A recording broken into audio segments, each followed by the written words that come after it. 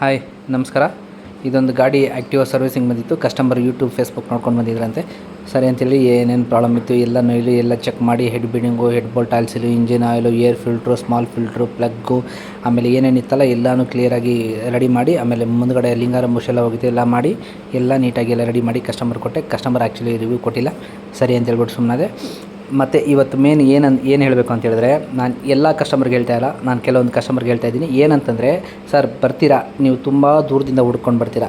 ಇಲ್ಲಿ ಬಂದ ಮೇಲೆ ನಾನು ಬೆಳಗ್ಗಿಂದ ಬಂದುಬಿಟ್ಟಿದ್ದೀನಿ, ಸಾಯಂಕಾಲ ಗಂಟ ನೀವು ಕೆಲಸ ಮಾಡ್ತಾಯಿಲ್ಲ, ನನ್ನ ಗಾಡಿ ಲೇಟ್ ಮಾಡ್ತಾಯಿದ್ದೀರಾ, ನೀವು ತುಂಬ ಲೇಟ್ ಮಾಡ್ತಾಯಿದ್ದೀರಾ ಅಂತ ಹೇಳ್ತೀರಾ. ಸರ್ ಇವಾಗ ಒಂದು ಗಾಡಿನೇ ನೀವು ನೋಡ್ತಾ ಇರ್ತೀರ, ನೀವು ನಿಂತ್ಕೊಂಡು ನೋಡ್ತಾ ಇರ್ತೀರ. ನಾನು ಒಂದು ಗಾಡಿ ಕೆಲಸ ಮಾಡಿದ್ರೆ ಅದು ಕಂಪ್ಲೀಟಾಗಿ ಏನೇನಿದೆ ಏನೇನಿಲ್ಲ, ಇದಕ್ಕೆ ಏನೇನು ಹಾಕಬೇಕು ಏನೇನು ಹಾಕ್ಬಾರ್ದು ಎಲ್ಲ ನಿಮಗೆ ಬಿಚ್ಚಿ ಕರೆಕ್ಟಾಗಿ ತೋರಿಸ್ತಾ ಇರ್ತೀನಿ. ಕರೆಕ್ಟ್ ಅಲ್ವಾ ಸರ್?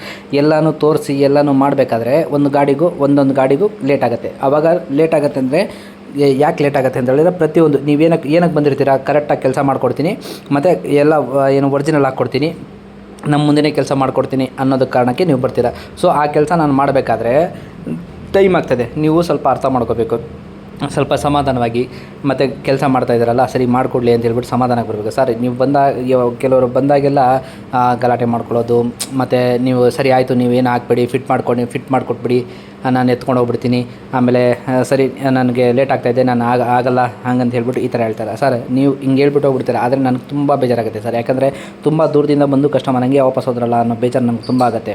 ಅದಕ್ಕೆ ದಯವಿಟ್ಟು ಈ ಥರ ಯಾರು ಇನ್ಮೇಲೆ ಮಾಡಿಬಿಡಿ ಸರ್, ದಯವಿಟ್ಟು.